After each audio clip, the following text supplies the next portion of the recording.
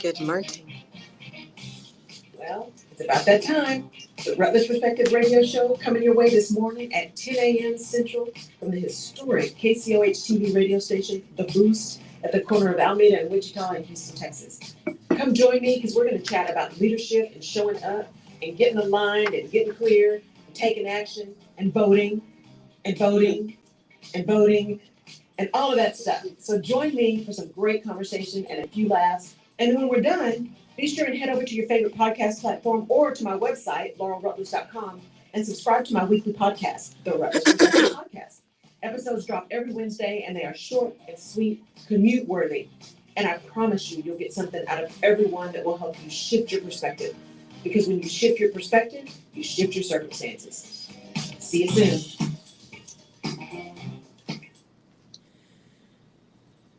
Good morning, y'all. It's Tuesday. We're going to get rolling here shortly. So glad to be here with all of you this morning. We got some things to talk about. The power of will versus willpower.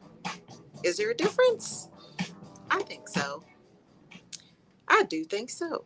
Good morning. Good morning. Good morning. It is Tuesday morning.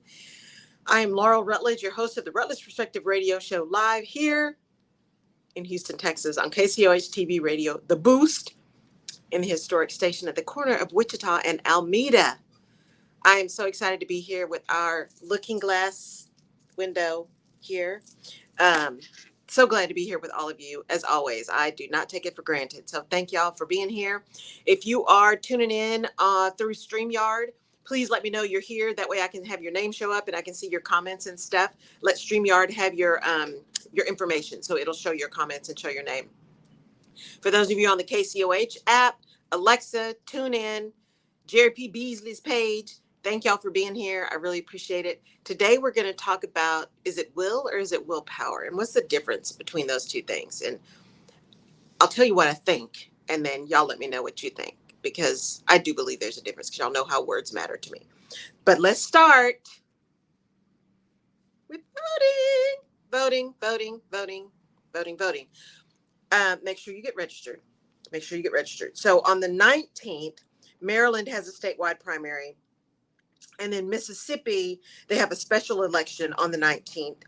And then in St. Louis, there's a Board of Aldermen election, local. Remember, y'all, it starts local. There's a local election there.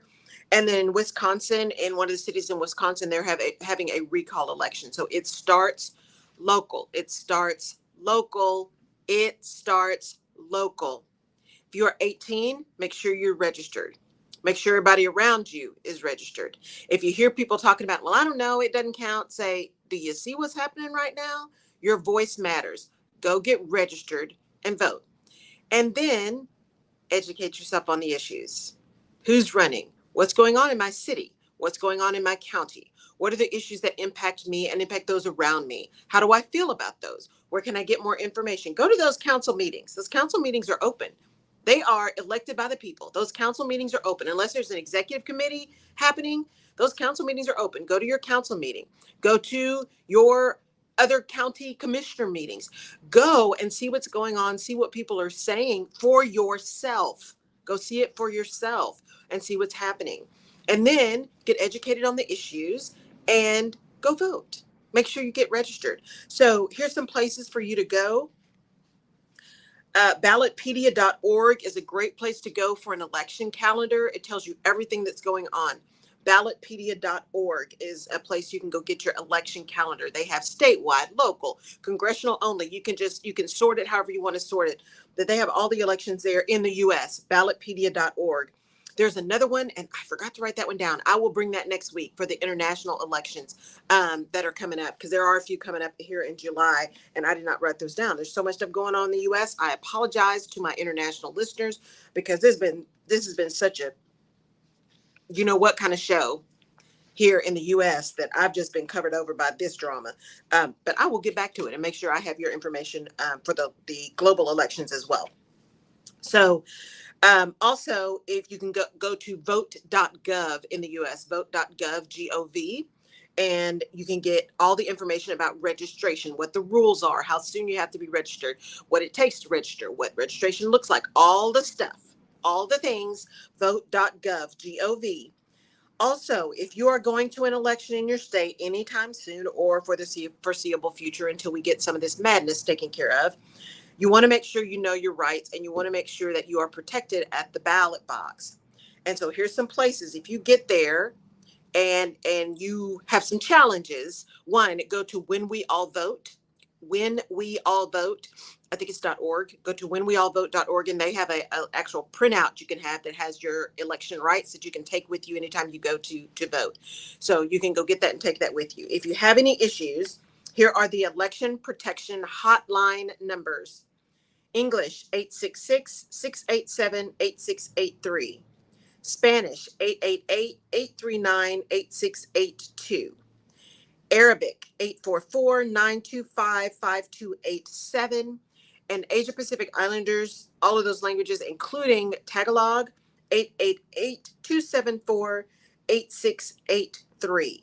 So those are the numbers. I posted them on my page a while ago. I'm going to go pin that to the top so everybody has that information ongoing so that it doesn't move. Those are the places, the hotlines that you call if you run into any issues when you're trying to exercise your right to vote. But first, go get registered. Vote.gov, find out the rules, go get registered. Make sure you register in time. Sometimes it's 30 days, sometimes it's 60 days. Make sure you get registered in time. I have someone that hopefully will be coming here in next month, in August, to talk about these things, at least here in Harris County and here in the U.S., and a precinct judge, an election judge who's going to be coming and talking about some things we need to be aware of because things are changing so quickly. Also, follow Stacey Abram. Make sure you're paying attention to what she's doing and where she's going. Follow When We All Vote with former First Lady Michelle Obama, who was one of the co-founders of When We All Vote. Just make sure you're going out there and exercising your right, doing your vote, right? Just go vote. And remember, just for the show as a side note, I am always going to start talking about voting. Always, always, always. This is where I'm going to start. I know that irritates some people. I'm so sorry. Well, actually, that's not true. I'm not sorry. But I understand, and you have your perspective, and you got plenty of choices. So tune in 15 minutes later or don't watch.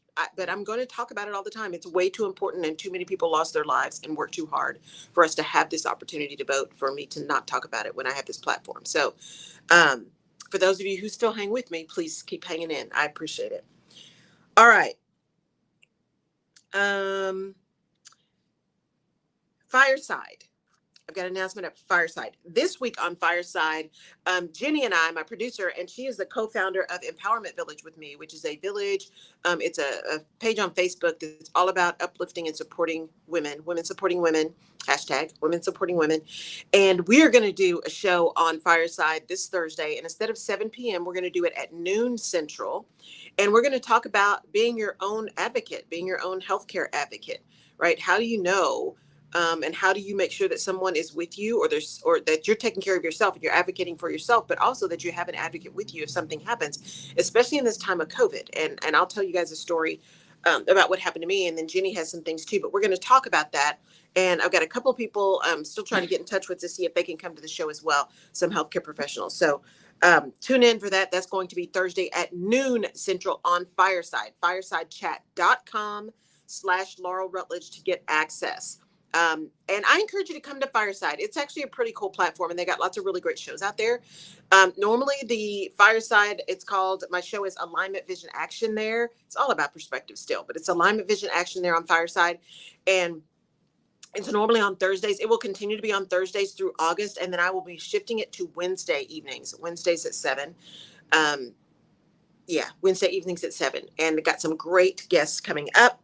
So coming here on the radio show, the Rutledge Perspective Live radio show, Diamond Young is going to be here on the 26th. You guys want to tune in to meet her. She is the founder of the Black Directory, BLK, Black Directory, which is a listing of Black businesses. And so she's going to come here and talk about her journey, how she did that. She also has a podcast.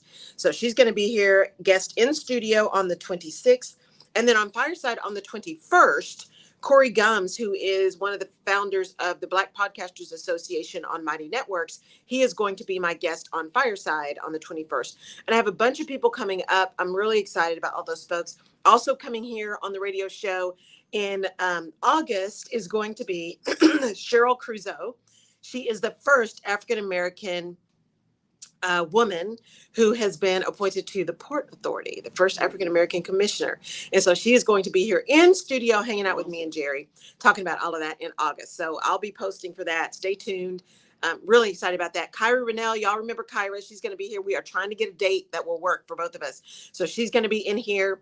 Also in August, the show that is supposed to be the 23rd, that's a Tuesday. We're actually going to do that on Friday. So I'm going to be posting all this stuff, but I like to let y'all know early. That's going to be on that Friday, the 25th or the 26th, I believe it is.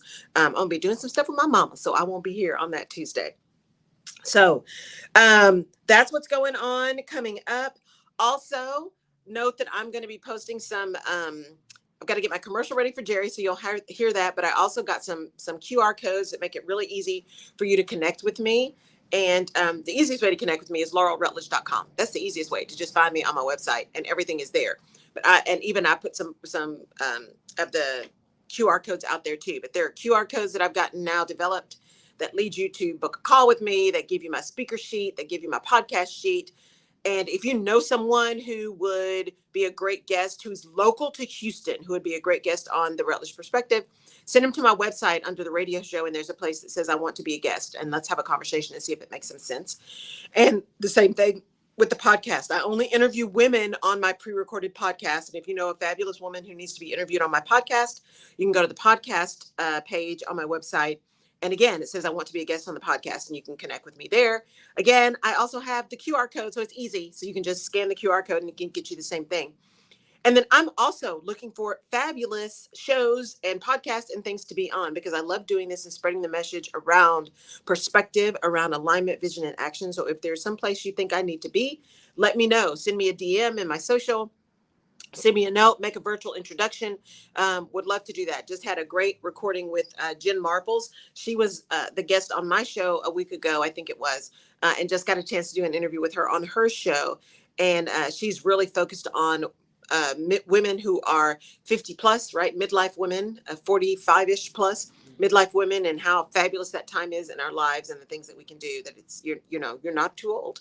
So yeah, lots of stuff going on. There's going to be lots of ways to connect with me, lots of things that are happening.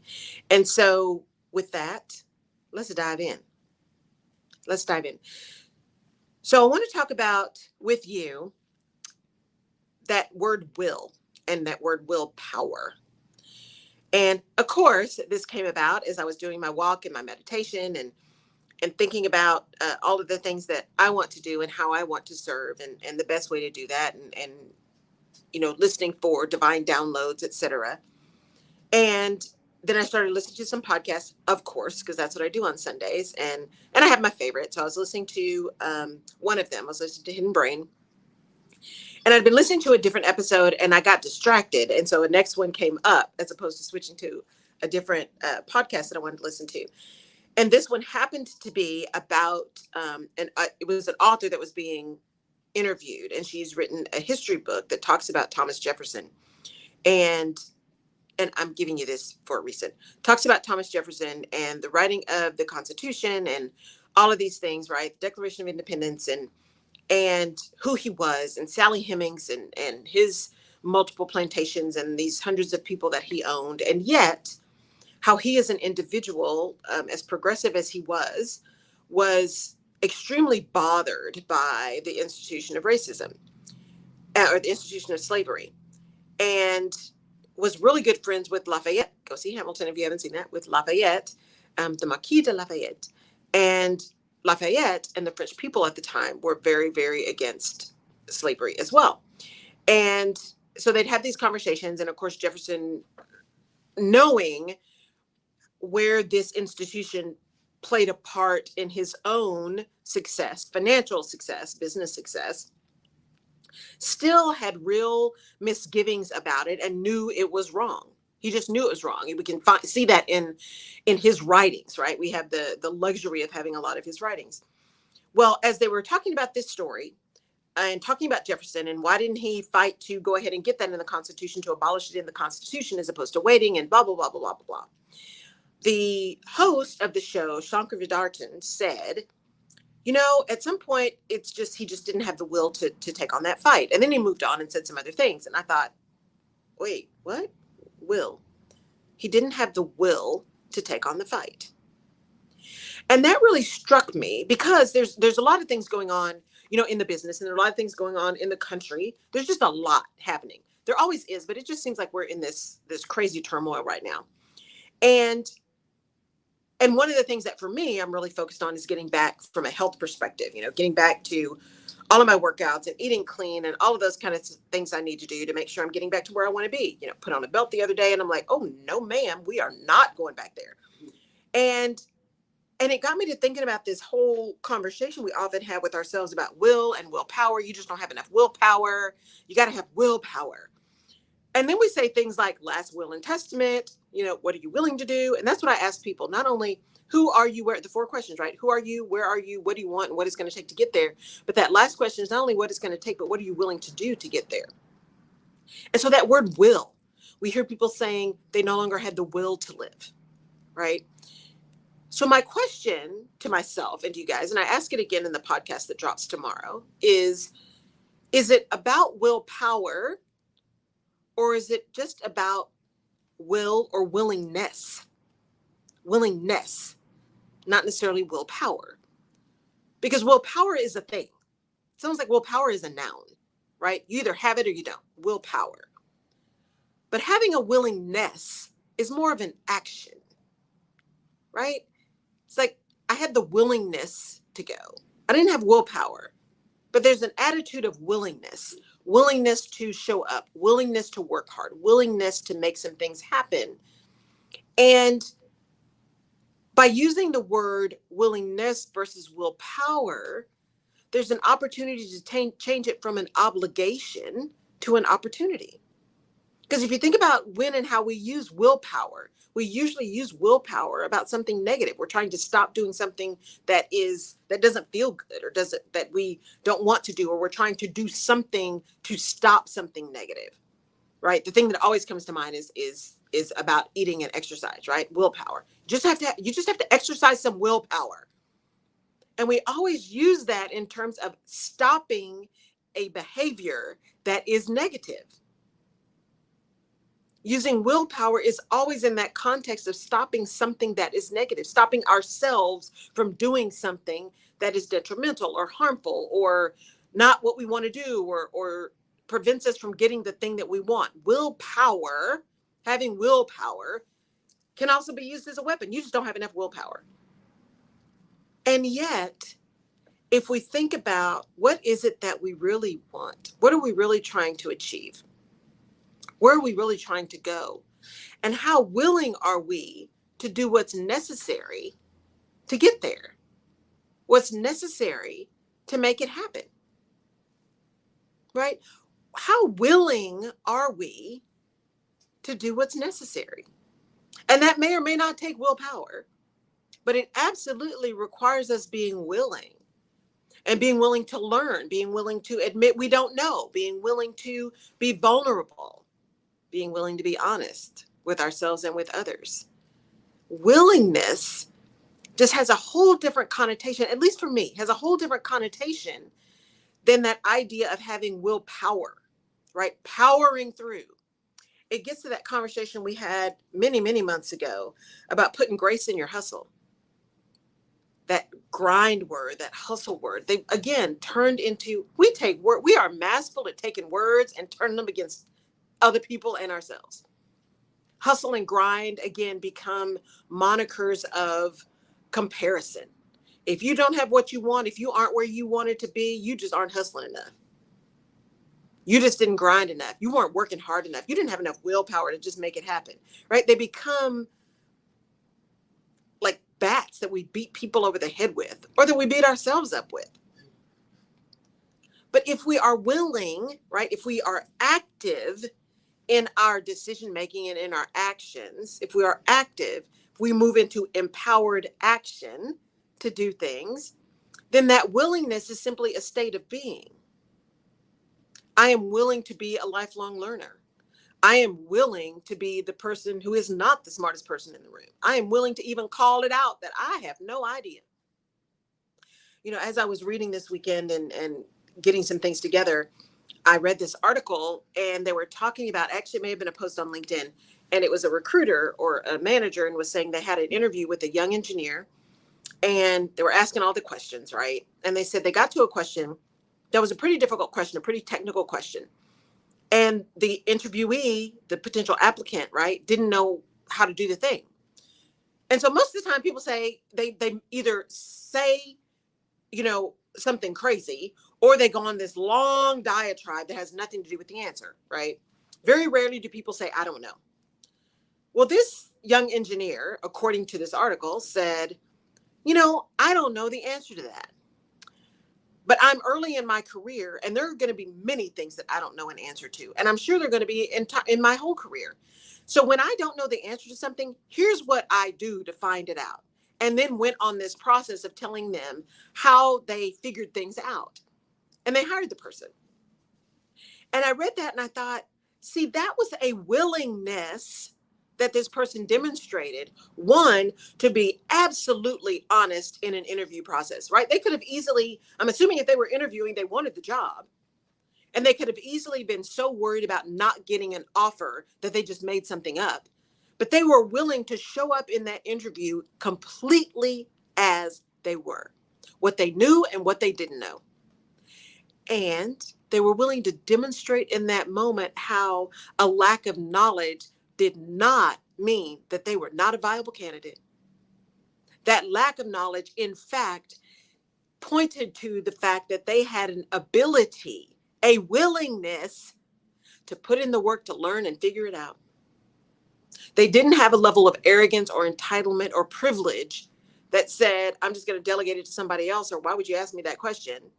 Or let me make something up because I'm so good that I can just blow smoke up these people's butt and they won't know the difference. I've been in interviews with folks like that where they start talking. I'm like, really?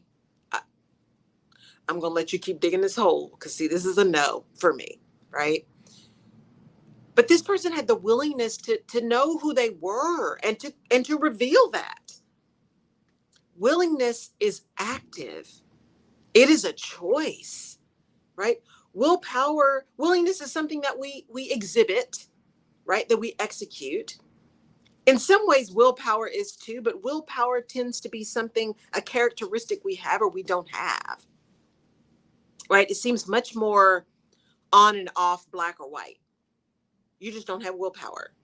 It seems to be much more something that is indicative of worthiness, capability, right? That thing that separates us, that thing that gives us a way to hurt other people or ourselves, as opposed to a willingness, which is much kinder. It's a much kinder word, no less powerful, but much broader. What are you willing to do? I said this in my interview yesterday. She was asking me about people who are mid-career or people who have been out of the workplace for a while and are trying to get back into the workplace for whatever reason. And how they do that and some of the things to think about. And as we talked about, and I answered that question, one of the things I talked to her about was there needs to be a willingness to take the time to tell your story, to take the time to understand your skills are transferable and create that picture for the people who are interviewing you, because they don't have the time and many don't have the willingness to create the picture for you. You have to create it for them. If it's internal recruiting, they're just trying to get butts in a seat. They've got so much pressure right now to make things happen. They are not going to take the time, and in many cases don't feel they have the time to really figure out how you fit. You've got to show them and tell them how you fit. But that means you've got to be willing to understand how you fit and tell people. You've got to be willing to toot your own horn and to demonstrate where your value lies. That being the value of your experience and expertise, not the value of your personhood. because you are valuable because you exist. You are priceless because you exist, as my friend Holly Dowling says. You don't have to be perfect to be priceless.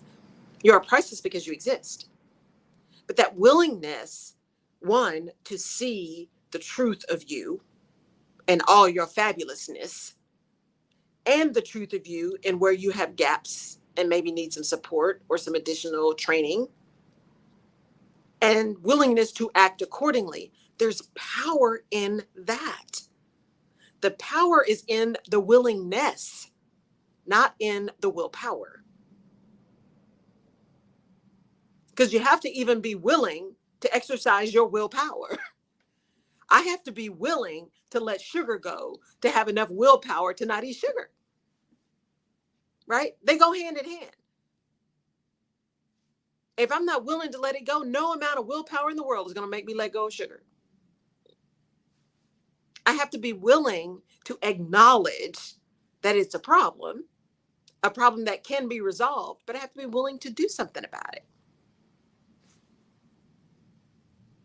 It's not rocket science, but it is something where, again, we have gotten so casual with our words. We don't think more deeply about what we're doing and why.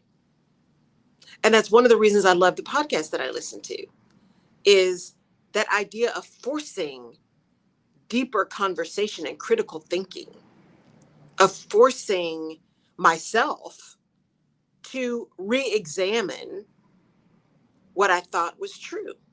That's what I love about revisionist history. From the title on down, one, I just love Malcolm Gladwell. He's a rock star to me. And if you haven't read Outliers, please go read Outliers. And his other book, Blink, Tipping Point. I mean, they're all just fantastic. But I love them because these podcasts make me think differently. And they also solidify and support the work that I've been doing. I've always done. I've always questioned. It's probably some inherently who I am, but also about how I was reared, is asking lots of questions, being constantly curious.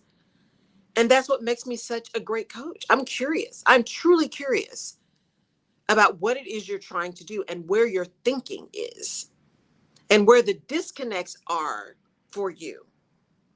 Because a gift that I have is seeing dots and connecting dots that most people don't even see in themselves. I can not only connect them, I can see them in the first place.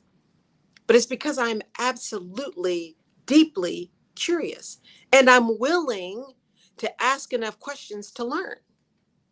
And I'm willing to listen actively to the answers to understand. But that means I also have to be willing to recognize that I don't know everything.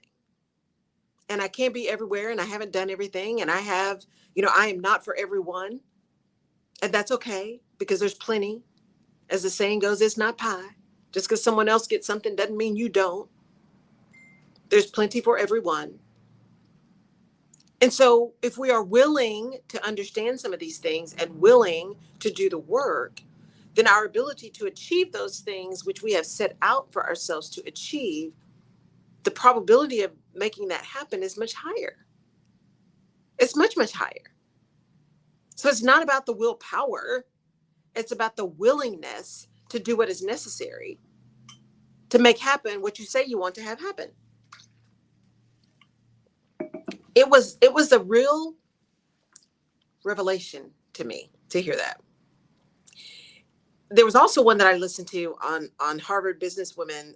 They have a podcast. Harvard Business Review has a podcast called Women at Work, and they have some really good ones, by the way. Some really good for everyone, not just for women, but some really good podcasts. And they did one last year where they interviewed Stacey Abrams and her business partner. Pardon me.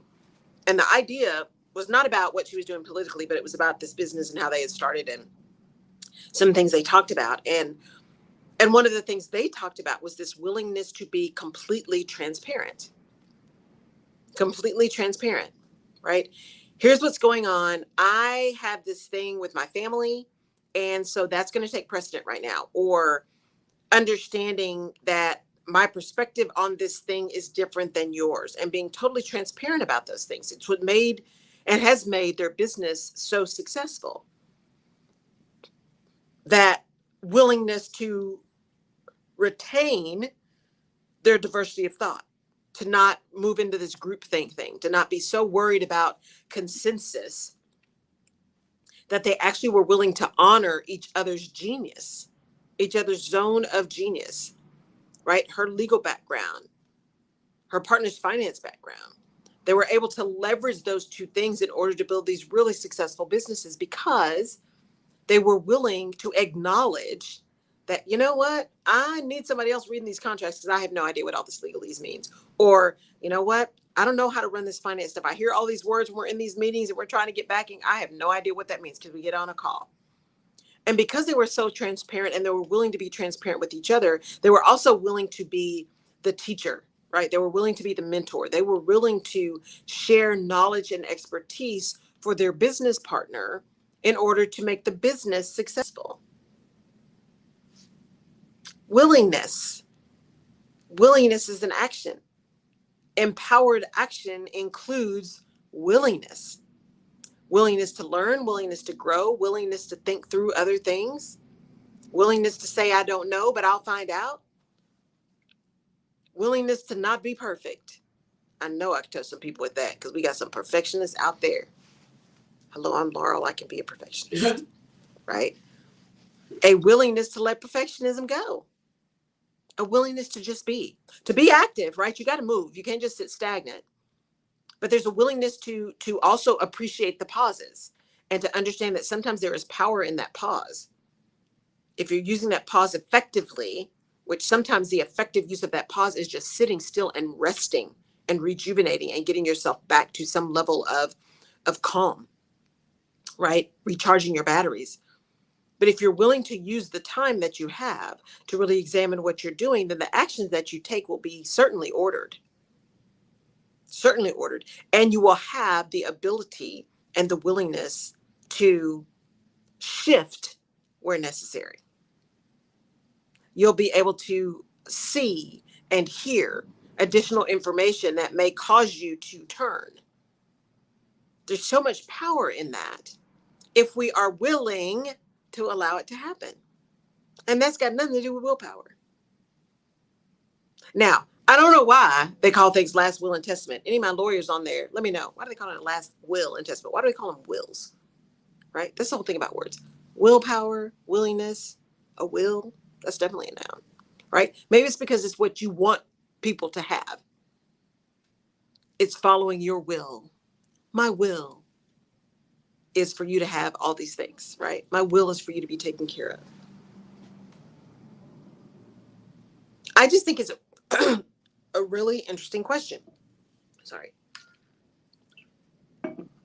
And a place where we need to re-examine how we are talking to ourselves about this topic. Because we often are going to beat ourselves up and those around us because of that. And we shouldn't. We shouldn't. You know, all of our steps are ordered. There are things that are meant for me. They're not meant for someone else. It's not COVID.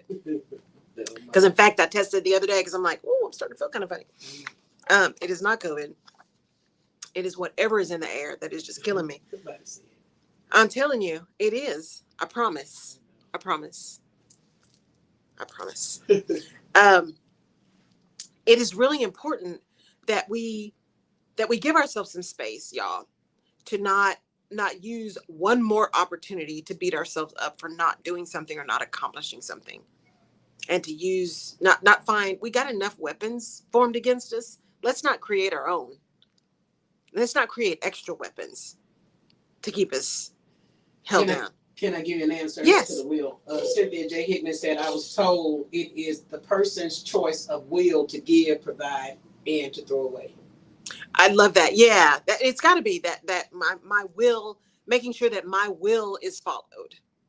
What I want to have happen, following my will. Yes. Thank you, Dr. Cynthia. I saw you working out yesterday. I did mine too. So, yeah, this issue today was just something that it bothered me. It just bothered me. And if you're talking about this thing in the same context of leadership, I often wonder, because remember, leadership is about position. I mean, about behavior, not about position. I don't know what's going on with my words lately. Leadership is about behavior, not about position.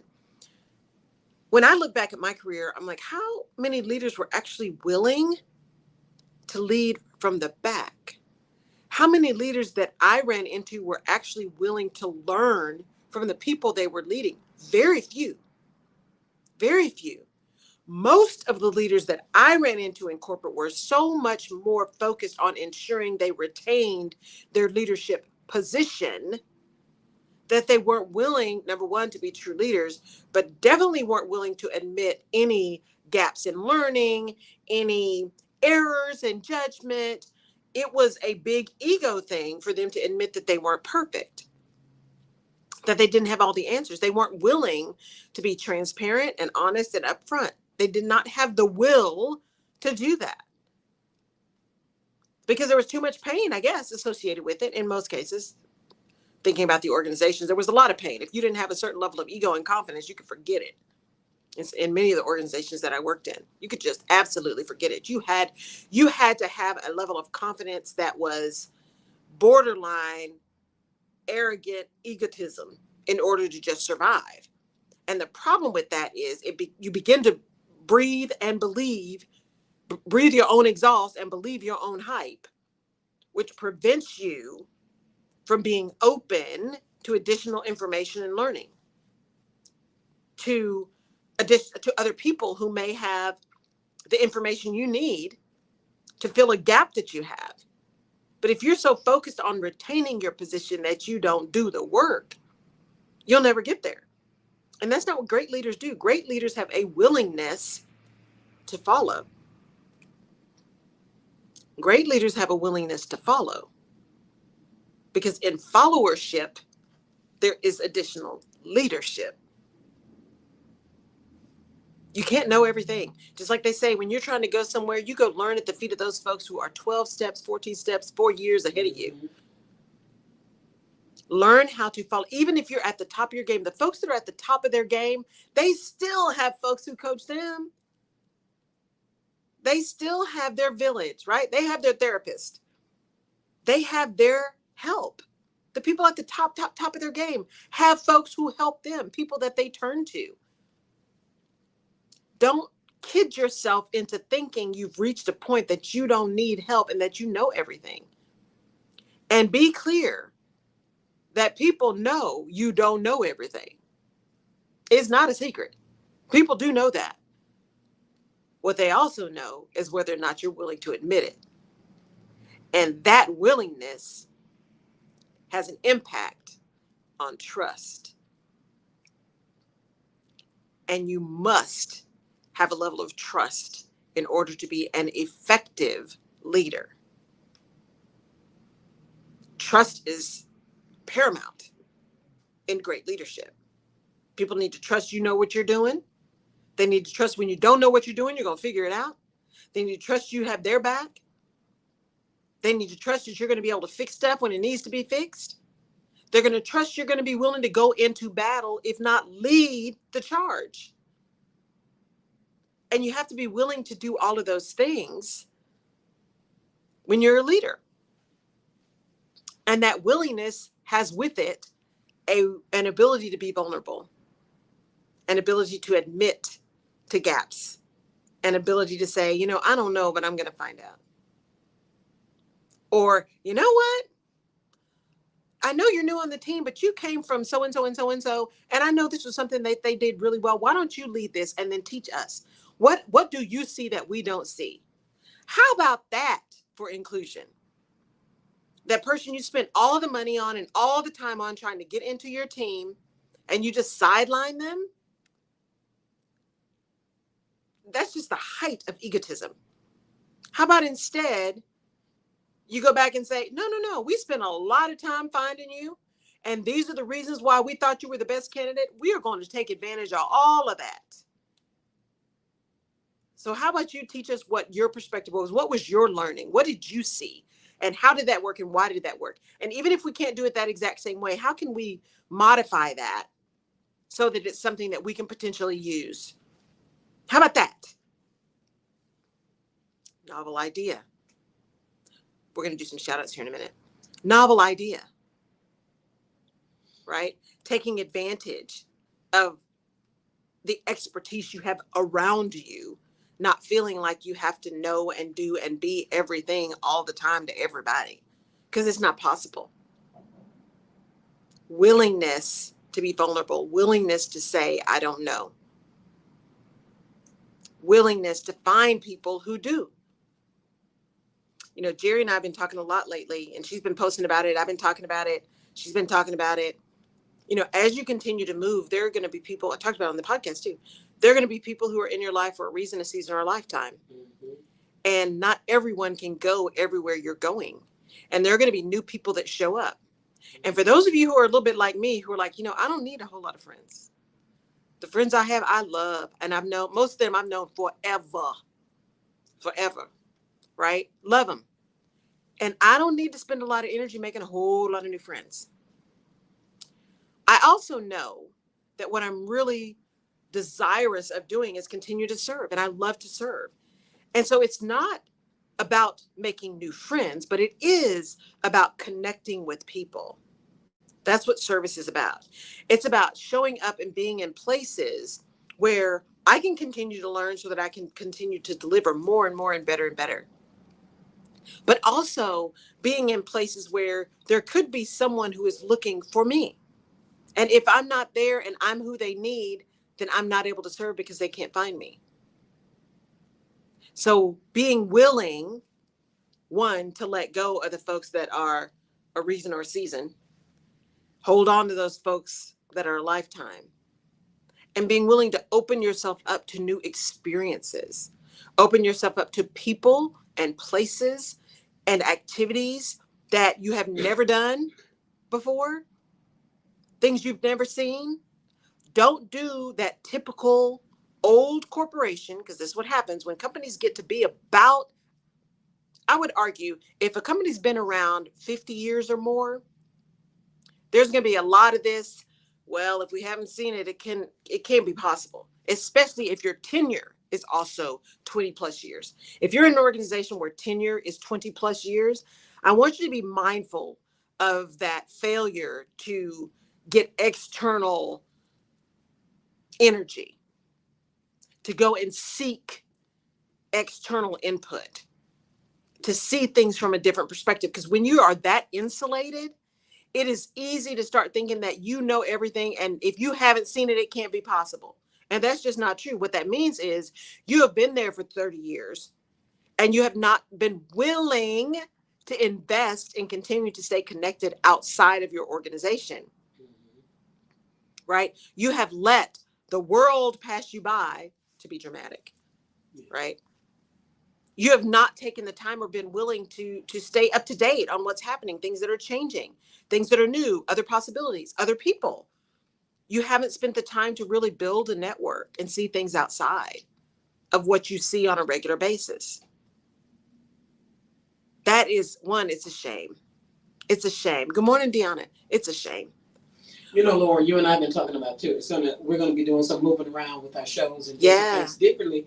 And the Lord has spoke to me today. He says, don't lose your confidence, that you can't allow the enemy's evidence to make you lose confidence in what God has shown you. Now, he may show you another strategy of how to do the same thing that you do. And you will have to get out, move around, and meet new connections, because just as you said, some people are tapped out with what they can give you. They can only take you so far. Right. And you can't get upset with them. You're going to need to get to another arena that can pour back into you. I was telling a young gentleman who came looking for a job the other day, I said, I'm going to need you to really know how to do the things you're telling me you know how to do, because I had this before. And I'm not trying to overwork myself by doing what you say you know how to do. Right. He never showed back up. Right. But I'm being honest now, like, you know, sometimes you have to get to an age and a stage, like, I don't have time to play around with this thing. You need to know that you have real help, need real help. It was a device that I needed here. I looked up at you and I said, so what does it need? And then you said, you need such and such. And I said, help me, help us. So you text me what I was going to need, because at the end of the day, if you're both working on something and you're trying to get somewhere, you can't be afraid to say, listen, this is what I'm good at. This is the part that I know. Yes. And if you have any extra expertise, let me have it so we can both win. Latasha Yes. Davis Johnson came with me to the Bahamas, and Yeah. I instantly made her my location producer. Now I made that Yeah. name up, but I saw her skills Yes. before we ever left. And I Yeah. knew that she was well organized and she was going to fill gaps that I know that I'm not paying attention to. And Right. so she's saying now, that's good, not being in position for those that need you, can't find you. And Right. she said, why do we as leaders feel that it takes something away from us by not delegating? Right. If we don't trust our team, we may have the wrong team. Speak. I would tell people all the time, if I've got to do your job, why do I have you? Why do I have you? And that's not to be ugly. That is, we are going to set expectations. So let me turn it around to the leader. Leaders, you've got to be clear about your expectations. You've got to set clear vision and set clear expectations, and then hold yourself and your team to those expectations. You got to be willing to engage. You got to be willing to listen. You got to be willing to pay attention. And when those expectations aren't happening, you've got to be willing to move. I heard somebody else say the other day, I had a CEO tell me this years ago, and I heard somebody say it too. You've got to hire slow and fire fast, right? Take your time to find the right talent. But if you've got someone who's not working, you need to make that move. I don't like to say fire. I like to say help somebody be successful somewhere else, because it could just be a fit issue or a time issue. The time, reason, season, lifetime. The season is up. It is time to do something different. And so if you find yourself not delegating, unwilling to delegate, because willing is an action verb, unwilling to delegate, leader, you need to sit down and ask yourself why. Take a minute and ask yourself why. Am I not delegating out of fear? I'm fearful because they don't know how to do it and I can do it better? I have this with leaders and especially CEOs of small businesses all the time. Oh, it's just easier and faster if I just do it. Is it?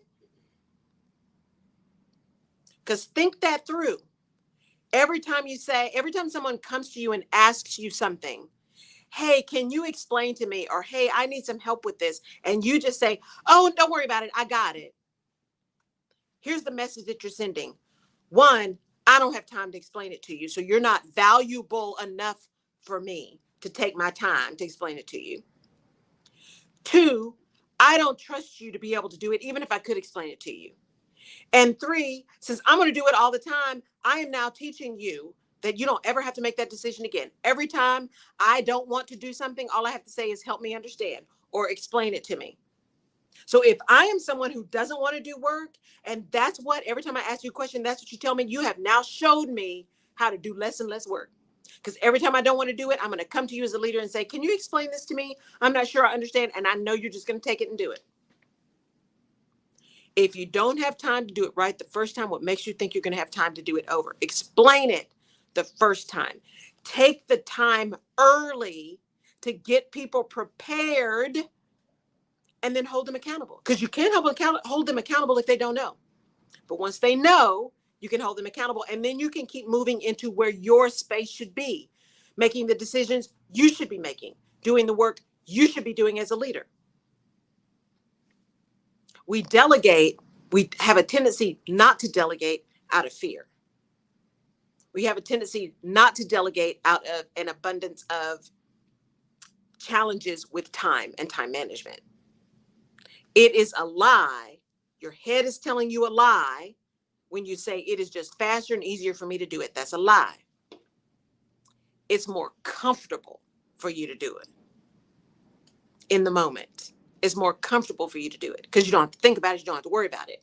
It's more comfortable. But that comfort is going to go away when you find yourself doing your job and everyone else's because you refused to let them fail, let them learn, encourage them, and require them to step up. I'm just saying. That's a great one. Thank you for that. That delegation piece is an issue. But you've got to be willing to let people fail. You got to be willing to let people be imperfect. And you've got to be willing to have somebody else execute the thing in a different way than you would. That's where people get twisted up. But can I ask this question? Yeah. Because Moses told him, he said, God told him this work is too much for you. Delegate this work to faithful men. So Yes. don't But you have to make sure that if you are delegating, that you're giving it to responsible, faithful men. Because I think when you get older, you want to delegate. You want to trust that they know what they know. Yes. And some leaders, it's not an issue of not wanting to delegate. It's an issue of, if I delegate this to you, one time you have a mistake, a couple of times you make a mistake, but continuously, and you're doing it in a totally different direction. How does that work? Yeah, no, that's a good question. And good morning, Lena. Thank you. Yes, so that's a good question. So here's the thing. Again, remember I said hire slow, fire fast. If you got someone who's continually making mistakes, always look to home first. Did I explain it well? Did I ask questions? Or was I so quick to say, okay, here's how you do this. Here's the steps. Now go do. Right? We got to look to home first. How did we get the person prepared to do it? If we got them prepared, sometimes it truly is a capability issue. They just don't have the capability, no matter how many times you show, no matter how much you support, they're just not going to be willing to do it. And then you need to, as they say, fish or cut bait. It's not going to work. And that doesn't mean that they are a bad person. They just don't have the capabilities you need at the moment. So you need to find a way to have that discussion about the skills that are needed and how this person doesn't have the skills, and therefore continuing to have them do that particular role is not going to work. It's not about their character. It's about the execution of the work. That's where so many leaders get in trouble, because they can't figure out how to have a difficult conversation without making it personal about the character. It's not about character. Business is business. This is about, we've got this thing to do. The capabilities that are exhibited are not getting it there. And here's all of the steps we have taken to make it happen, and it's still not working. So therefore, we're going to have to make a different decision. We have royalty on the line with us, Bishop Clinton Sterling Davis II. He says and he's over leadership. He says the lack of delegation is usually attached to lack of planning and strategy. That too. It's all about communication, right? Proper prior planning prevents poor performance. 6 P's. My daddy would add a 7th P in there, but I'm not going to say that on the air. Good. Proper prior planning prevents poor performance. Okay. So yes, you got a plan. You got to have a plan, and you got to have enough flexibility in your plan when things come up, because stuff happens all the time.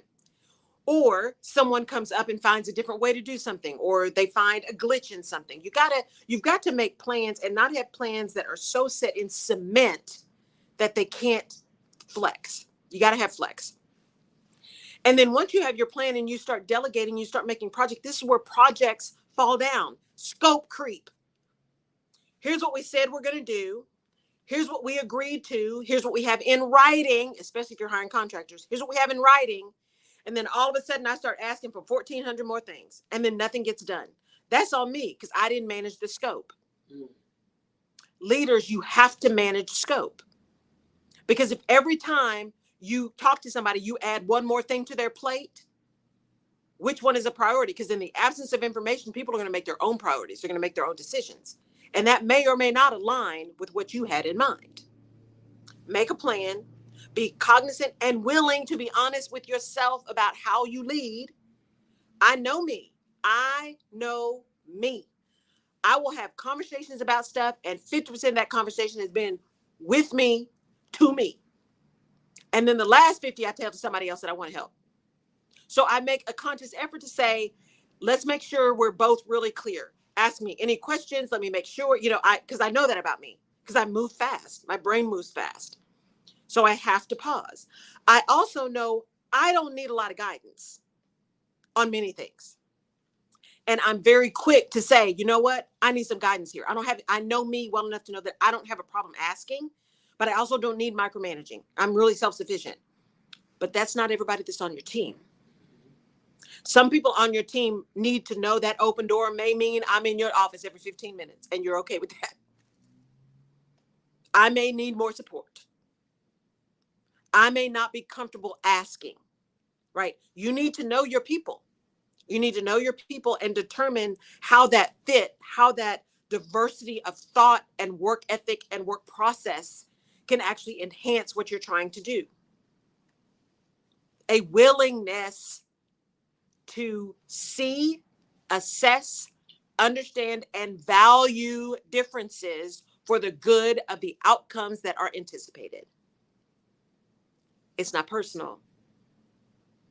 that work is not personal, right? It's about expected and anticipated and desired outcomes. Now, your interaction is personal and you need to be mindful of that.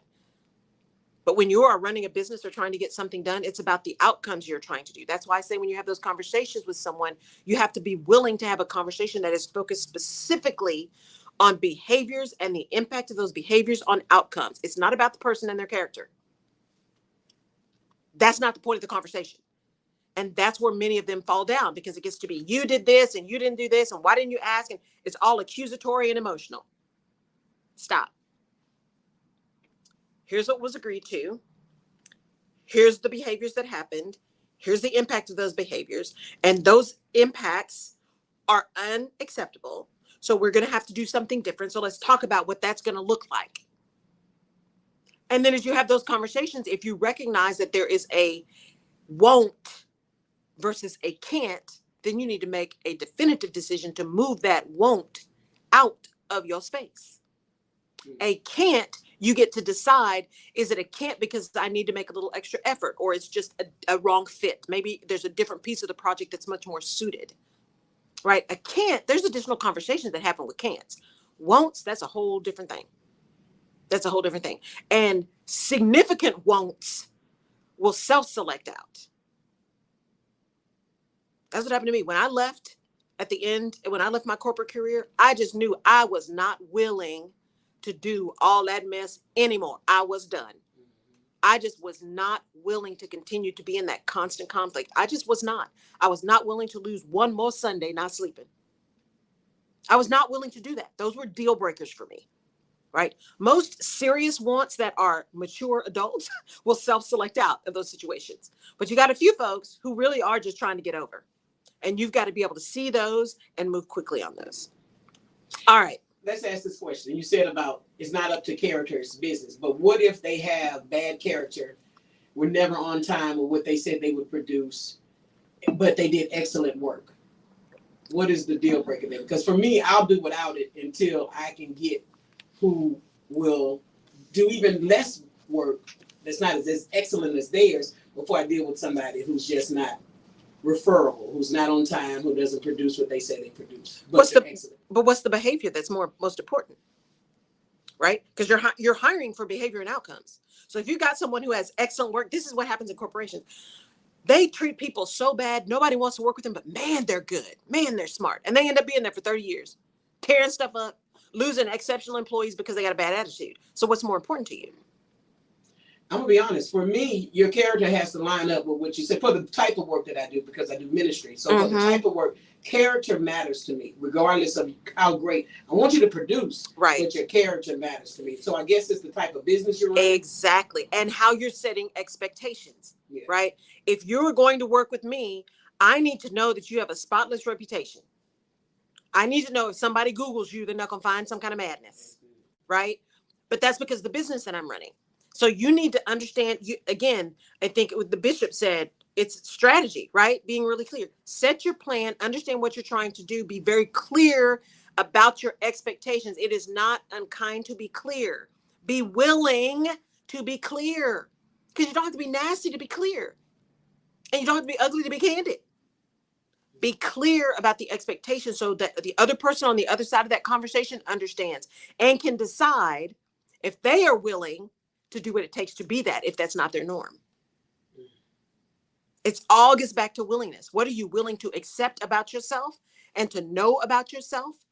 What are you willing to do in terms of setting expectations and holding yourself and others to those? What are you willing to do? It's not about willpower. It's about willingness. Willingness. All right. Let's do some shout outs. Okay. We're in Brazil today. We're in New Zealand today. Argentina is in the house. United Kingdom is in the house. Portugal is in the house. Puerto Rico, France, Germany, Finland, Doncaster, Auckland is in the house. Oh, yay. Kyushu Zone City, Nuremberg, Kinshasa is in the building. St. Louis is in the building. Helsinki is in the building. We've got Philadelphia, Atlanta, Los Angeles, Pittsburgh, Austin, Chicago, San Antonio is in the house. Kansas City is in the house. Dallas, Fort Worth, and Houston, Texas, of course. Thank you, Houston, Texas, for being there. Yes. We got Missouri City in the house on Facebook. We've got 1960 area on Facebook, and we have the Acres Home area on Facebook. Love that. Good morning, everybody. And I've got Odessa, Texas here showing up on mine as well, along with Houston. So thank y'all so much for coming again today, man. I so appreciate it. I appreciate your being here. Ooh. See, this is what happens when you're in the window. We almost saw an accident. Yeah. Thank you, Lord, that there was no accident there. So thank y'all for being here. I really appreciate it. Hey, I am trying to get to 12,000 downloads by the end of July, and I'm going to do some kind of giveaway. I don't know what it's going to be.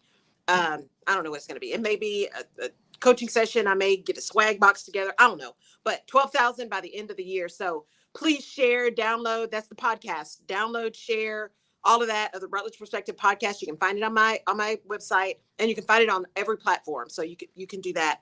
And also join me on Fireside. For those of you in Portugal, I'm really serious about coming to Portugal. I am serious about coming to Portugal. So there are my QR codes are on my website now under Book Laurel. So book me. I want to come see you guys in Portugal. Let's talk about some leadership stuff there. Actually, I'll go anywhere. Almost. Let me not say that. Right? We do need to have a conversation, right? I can go right down to Galveston too. We need to have a conversation before I show up. But definitely would love to come out and help and support and be there for folks and have really good conversation and lift folks up and help hold people really accountable to their own genius, their own willingness to be the amazing human that they are. So thank y'all. We'll plan to be here next week. No, next week we have Friday too as well, right, Jerry? Yeah, so next week we are here on Friday. I will not be here Tuesday of next week. Next week, the Rutledge Perspective Radio Show will be on Friday. It will not be on Tuesday. So I think that's the 22nd. So see you next Friday. Thank y'all. Have a great day. Great rest of your week. Bye.